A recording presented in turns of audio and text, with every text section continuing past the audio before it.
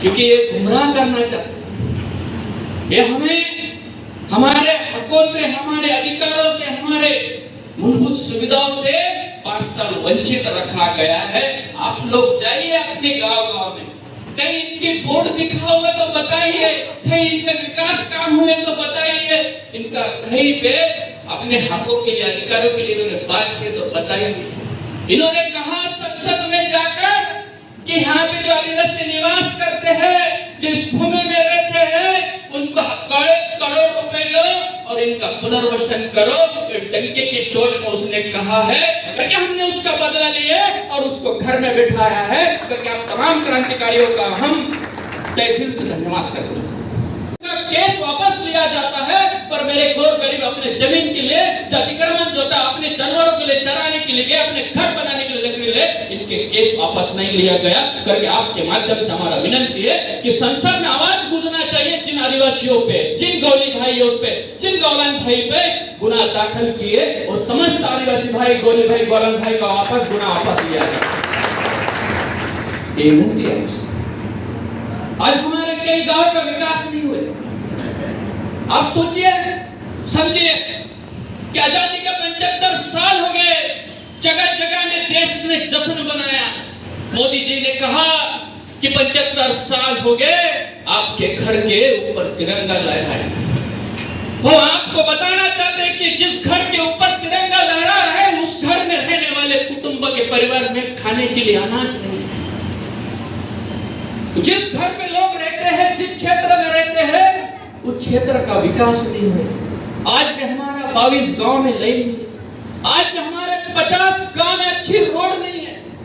ये लोग बताते हैं, आज के वर्तमान विधायक बताते हैं, यहाँ के गए पिछले सांसद बताते हैं कि वन विभाग के अधिकारी अनुमति नहीं दे रहे। आज इस मंच के माध्यम से हमारा प्रश्न है, सवाल उपस्थित पैदा करना चाहते हैं कि रोड बनाना, वहां पे लाइन का पहुंचाना, उनको मूलभूत सुविधा देना, ये भी सरकार का काम है, और एनओसी लाना भी ये भी सरकार का काम है। एक ही काम तो एक ही आदमी का है। एनओसी देने वाला व्यक्ति भी सरकार है और वहां पे विकास करने वाला भी व्यक्ति सरकार है। ये सब हमारे बीच में नौटंकी कर रहा है। करके हमें बलवंत भगवान जी से उम्मीद और आशा है कि उस 22 गांव में लाइन जाएंगे और उस 50 गांव में रोड जाएंगे, क्योंकि बाबा साहेब भीमराव अंबेडकर ने उनने जो संविधान में मूलभूत करते हुए स्पष्ट कहा कि इस देश में जन्म लिए हर जाति धर्म को उसका फंडामेंटल राइट्स का हक मिलना चाहिए, पर हम आज भी वंचित हैं। करके आपसे आशा और उम्मीद करते हैं कि हमारा फंडामेंटल राइट्स का अधिकार मिले। क्योंकि कभी कभी हमें लगता है, हम इस भूमि में रहते तो कभी कभी महसूस होता है कि सही में हम इंसान है या नहीं है। सोचिए आप कि आज हमारे उन गांव के लोग अपने परिवार से फोन पे बात नहीं कर सकते। किसी बाई अगर डिलीवरी हुई तो उसको डिलीवरी समय पे नहीं होता है, कई कई जगह में तो गाड़ी पे हो जाता है। तो हम आशा और उम्मीद करते हैं कि इस व्यवस्था बदले, और मेरे बेलघाट वासियों ने जो परिवर्तन लाया, जो बदलाव लाया, और जो बलवंत जी वानखेड़े के साथ में खड़े हैं, उस आशा और उम्मीद को आप पूरा करेंगे। हम समस्त लोग आपसे उम्मीद और आशा पे बैठे हैं। और हमारे चुनाव के दरमियान में कई लोगों ने कहा कि बलवंत जी वानखेड़े का बेराह तो हमारे के करा है, बिल्कुल सही है। वो हमारा खून का आदमी है, हमारा विचार का आदमी है, हमारा सोच का आदमी है। आज वो हमारे बीच में फिर से आया है नौटंकी, और फिर साड़ियां बांट रहे। उन्हें पता है भाऊ कि अगर वो साड़ी नहीं देते होते तो उसके साथ तो सेल्फी लेने के लिए कोई खड़ा नहीं होता। ये स्थिति है करके वो फिर से साड़ी बांट रहे। हम उनको भी बता देना चाहते हैं कि आप साड़ी बांटे या ताट बांटे, अब आपकी नौटंकी इस बेलघाट की भूमि में नहीं चलेंगे, ये हमने ठान लिया।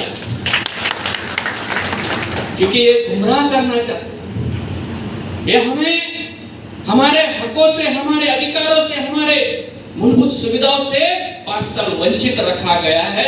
आप लोग जाइए अपने गांव-गांव में, कहीं इनके बोर्ड दिखा होगा तो बताइए, कहीं इनका विकास काम हुए तो बताइए, इनका कहीं पे अपने हकों के लिए, अधिकारों के लिए इन्होंने बात की तो बताइए।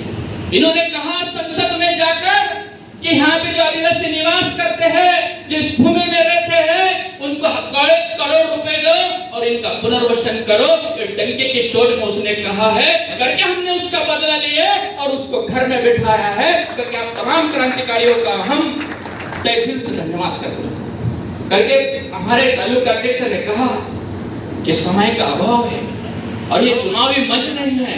हम भी इतना जानते हैं जब चुनाव होगी तब डंकी के चोट में आपकी बात रखेंगे, डंकी के चोट में आपकी आवाज उठाएंगे और हम आपके इस मंच के माध्यम से बताना चाहते मौका मिले ना मिले हम आपके साथ में हमेशा खड़ा रहेंगे। ये वादा है आप तमाम लोगों से क्योंकि हम नौजवान हैं 30 साल का और 30 साल संघर्ष करना है आप लोगों के बीच में करके हमारी लड़ाई आप लोगों के बीच में जारी रहेगा। इतना बोल के अपने दो शब्द समाप्त करता हूँ। जय हिंद, जय महाराष्ट्र, जय मेरघाट।